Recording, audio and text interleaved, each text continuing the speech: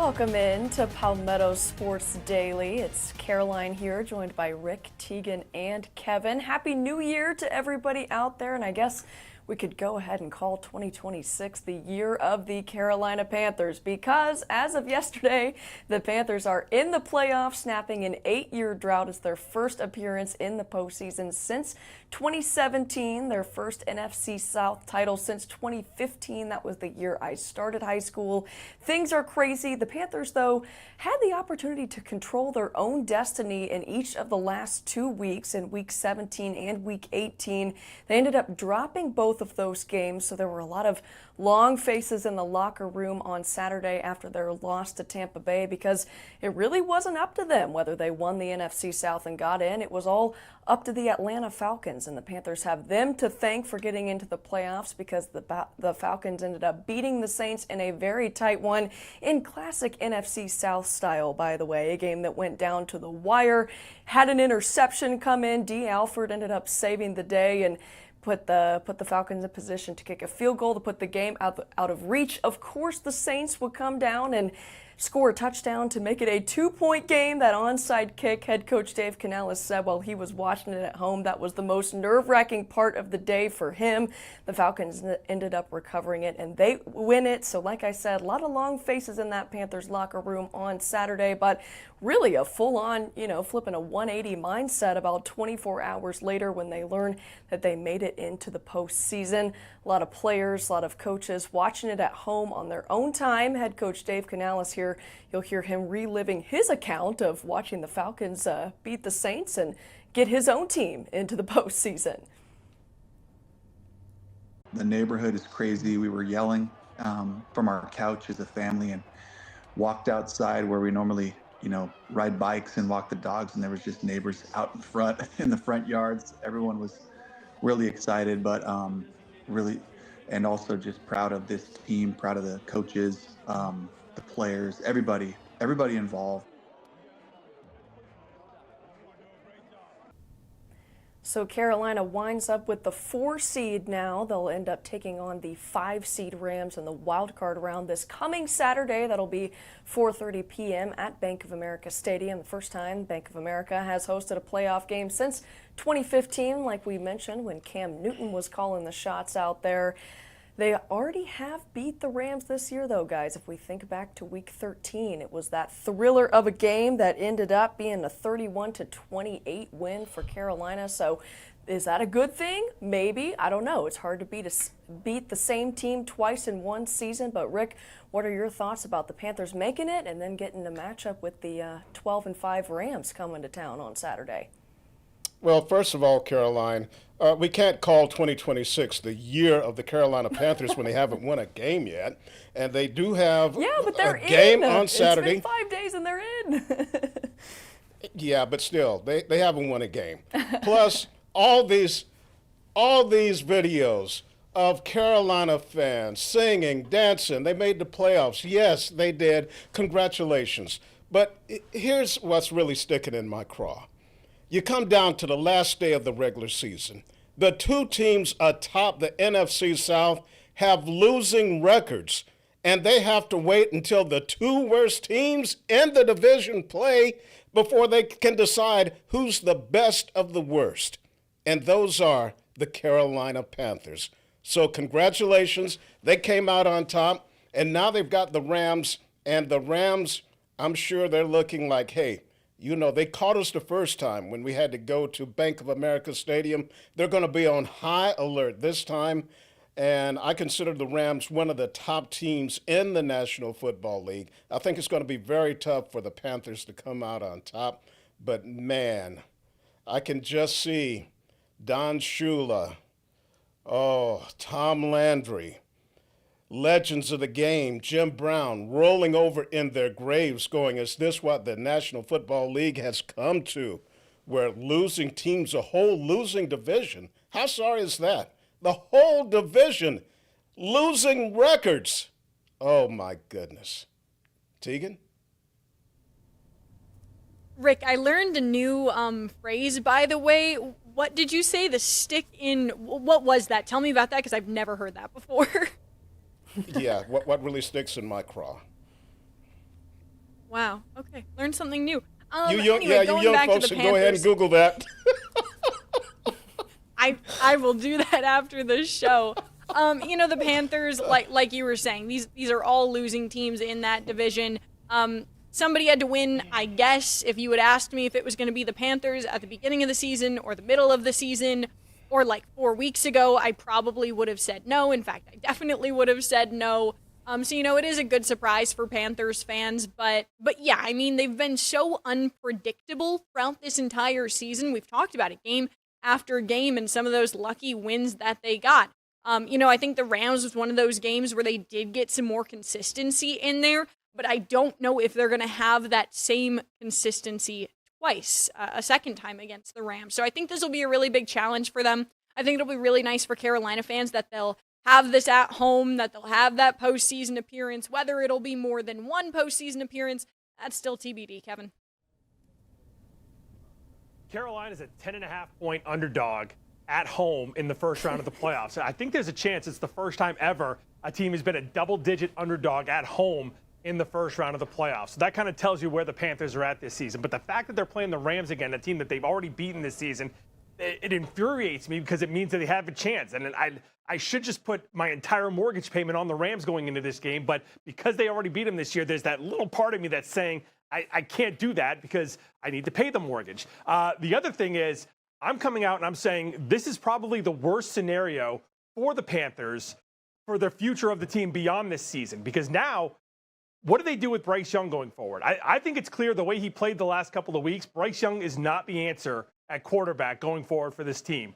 And now he's taking them to the playoffs. They almost have to give him that extension and sign him for that 5th year going into next offseason and going into getting ready for next season. I don't know if that's the smart move. I don't know how much you pay.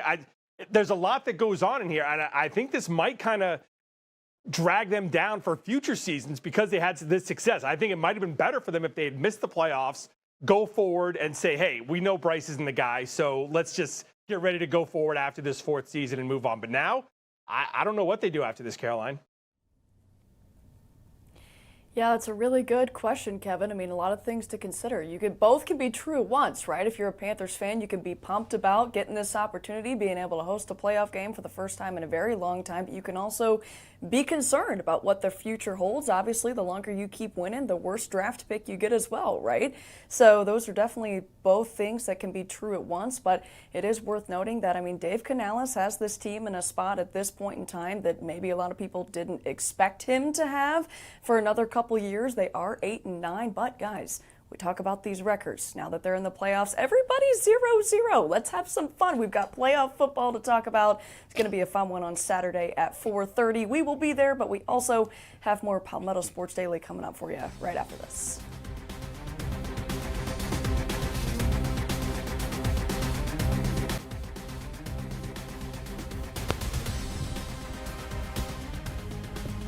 And welcome back to Palmetto Sports Daily, our first show of 2026, where, hey, we've got basically a full house. Hope all of you out there watching us had a great holiday break. And for a lot of the college football teams, not only here in state, but around the country, very busy. The Gamecocks, coming off that 4-8 year, got several new offensive coaches, including a new offensive coordinator, Kendall Browse, and a new offensive line coach, Randy Clements. And over the past several weeks, well, I won't say several weeks, the past few days, we've seen a lot of Gamecocks either declaring they are going to enter the transfer portal or actually jumping in, and the majority of them have been offensive linemen. And for the past couple of years with the Gamecocks, offensive line play has been very suspect, and we saw it this year. I believe the Gamecocks gave up like over 40 sacks, maybe around 44. And it looks like they realize, the coaches realize, that they have to shore up that offensive line, especially when you have two of your key weapons coming back on offense, in quarterback Lenore Sellers and receiver Nick Harbor. And your offense really is going to be only as good as your offensive line is as far as protecting the quarterback, opening running lanes for the running backs. So we'll see. what happens starting in spring practice, how this offense starts to develop. Kevin, your thoughts on the Gamecocks remaking of their offense, so to speak? Yeah, I'm not too worried about the quality of the guys that they're losing, especially on the offensive line. It seems like more the quantity that makes me nervous, because Shane Beamer's going to have a lot of work to do in this transfer portal over the next couple of weeks just to bring in enough guys to have an offensive line room going forward. You know, don't even talk about starters, just about guys to back up those starters once you have them. I think it's like 7 of 9 guys have gone in the portal or are leaving the program going forward. So a lot of work, and you know, for Kendall Briles, the new offensive coordinator, he's got to find guys that fit his system. So maybe that was part of the reason a lot of these guys are leaving, is they think they don't fit that system. But a lot of work for these coaches to do going forward, Caroline. Yeah, Kevin, absolutely. I mean, to your point, I think it could be an opportunity for both those guys to bring in guys, like you said, that work with them, right, and really get to make this thing their own. I think that's part of that. It's just the state of where college athletics is right now. Just a lot of outflow and a lot of inflow, and that just seems to be kind of the way things are going right now. Some new offensive coaches over at South Carolina, but also an official offensive coordinator hire at Clemson. The Tigers are bringing in Chad Morris, and he's not new. He's really an old, familiar face. He was the offensive coordinator for the Tigers back from 2011 to 2014 for head coach Dabo Swinney, bringing a ton of success to Clemson in that time, including their first ACC championship in over 20 years at the time, and a lot of success that followed him there. So much so, he ended up getting a couple head coaching gigs. He was at SMU for a little bit, then Arkansas. He was an offensive coordinator at Auburn back in 2020. Kind of hopped around a little bit since then, about 5 schools in the past 5 years, and then he took last year off watching his son Chandler, who was the quarterback over at Virginia. Now, this move was kind of made public over the weekend. Head coach Dabo Swinney bringing him in, but it was all made official earlier this morning at Clemson's Board of Trustees meeting. They ended up approving his contract as presented by Clemson Athletics Director Graham Neff. I'm going to let Graham explain that, and then we can break it down with all the nitty-gritty stuff in just a second. Very pleased to move forward a request for consideration to hire Chad Morris as Clemson's next offensive coordinator position. Certainly this will be a return to Clemson for Coach Morris, of which we're excited about that strategy and path ahead in support of Coach Swinney. The terms for consideration, Mr. Chairman, are a 3-year contract at a flat salary of $1.2 million. Has standard bonus conditions, along with details within the buyout and guarantee section. All of those materials in full term sheet will be provided to the media present and per request, as we typically do, to provide more of those details as needed. Mr. Chairman, again, the committee has the materials, market information, and has reviewed significantly in order to consider the request to hire Chad Morris as Clemson's offensive coordinator. Well, that request was unanimously approved. Again, that's a 3-year, $1.2 million annual contract for Chad Morris. And he, of course, has some incentives for postseason appearances, you know, bowl games, college football playoff appearances, all of those things. But really interesting part of his contract was that if Clemson's offense does not rank inside of the top 20 in the 2026 and the 2027 seasons, and he ends up getting fired, then Clemson will not owe him for that 3rd season. They will only owe him for the 2 seasons. As long as I'm reading that correctly, does that sound right to you, Kevin? Something interesting in there about that buyout clause and, you know, I guess keeping Morris honest in what he's doing. I'll tell you, this is a bold move by Dabo Swinney. I think it's either the move that's going to keep him entrenched at Clemson for the next decade, or it's the one that's going to lead to his removal as the head coach of the Tigers going forward. I don't see any in-between space in this one, because this is him going back to what's familiar in Chad Morris. And it's, you know, one of the big red flags for Dabo the last few years has been that he's only hiring people he's close to for his assistant coaches, whether it's former players or even his own kids or people who, you know, also work in the school in other capacities. He's really tried to keep that inner circle pretty tight. And he kind of went outside of that, bringing Garrett Riley, and that didn't work out for a couple of years. So now he's going back to what's familiar and bringing in Chad Morris. It is a bold move. I don't know if this is the right. I'll say it, I don't think this is the right move. I don't know. I haven't seen anything in Chad Morris in the last decade that makes me think he's the right guy to be leading this offense again for the second time in the last 15 years for the Tigers. He was very good the first time he was here. That offense was revolutionary in a lot of ways. A lot of guys put up huge numbers for the Tigers and set themselves up for a long time going forward. But Rick, I don't think this is the right move for the Tigers, and I think it could end up costing Dabo Swinney his job.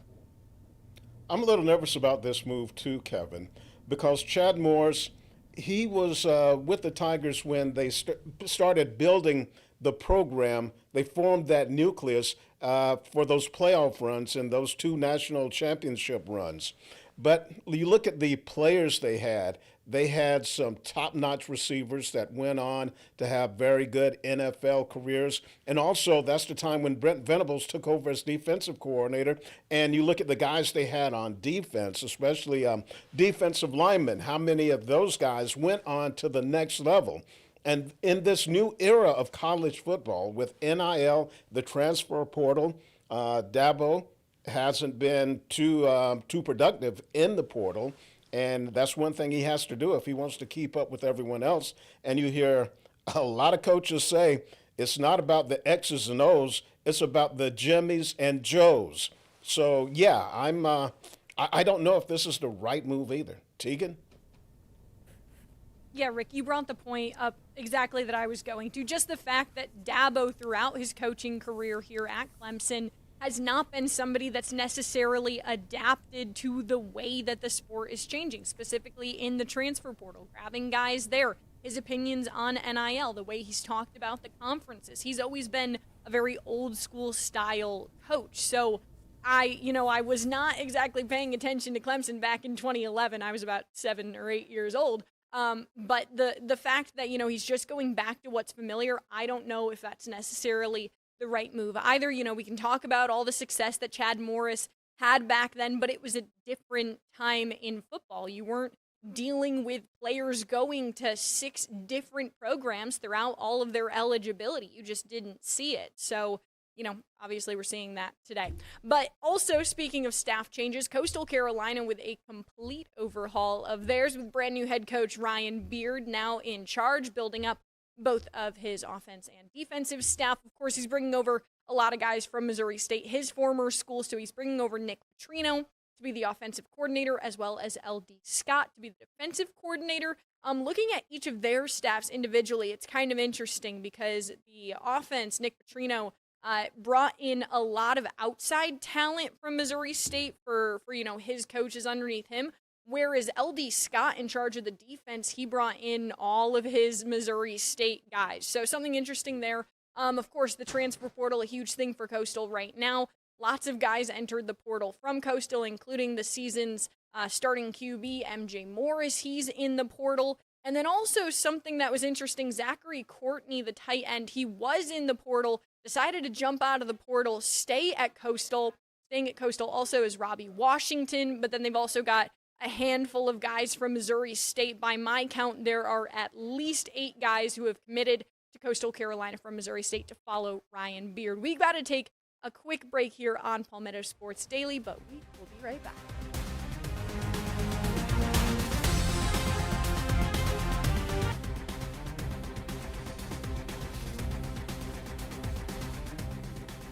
Welcome back to Palmetto Sports Daily. We move over to hockey, and we missed a lot of ECHL news over the time we were away. The players actually went on strike a little more than a week ago. They were on strike for a couple of days. All of last weekend's games were canceled. They did come to an agreement, had that ratified early last week, and they were back in action last Wednesday. But last night here at the North Charleston Coliseum, we had maybe the game everyone's going to be talking about for the next year as the Stingrays took on the Greensboro Gargoyles. And this one, just a wild game, as there was over 170 penalty minutes throughout this game. There was more than a dozen fights. The coach is saying there was an early on hit from the Gargoyles against one of the Stingrays that they didn't appreciate, and things got really chippy after that. Just fight after fight. And here you see some of it right now, but the really good part came in the middle of the second period when we got something we don't see too often, and that is a goalie fight. Nick, I want to take the video of this one, and this is Garen Bjorklund of the Stingrays just dropping the gloves, coming out from between the pipes, and the goalie's going at it, throwing some haymakers in this one before Bjorklund finally gets the takedown.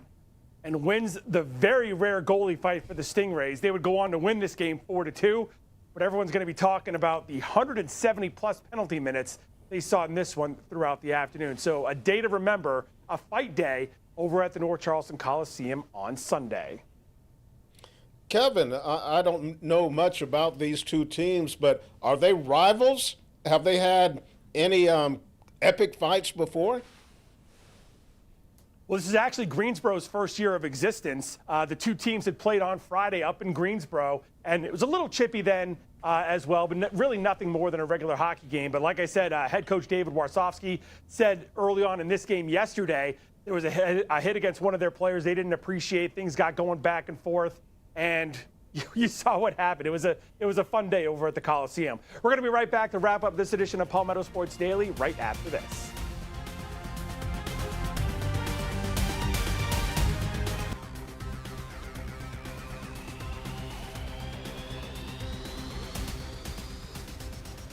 Welcome back into Palmetto Sports Daily. Real quick before we go, we're going to go ahead and get some predictions for the Panthers playoff game out on the table. Again, they're hosting the Rams at 4:30 on Saturday. I'm going to say they're going to bring their defense. They're going to end up beating the Rams 24-21.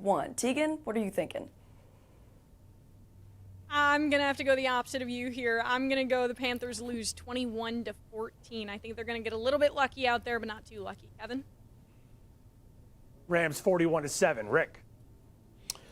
Got to go with the Rams 27-10. It'll be a short run in the playoffs for the Panthers. That's going to wrap it up for PSD. Have a great evening.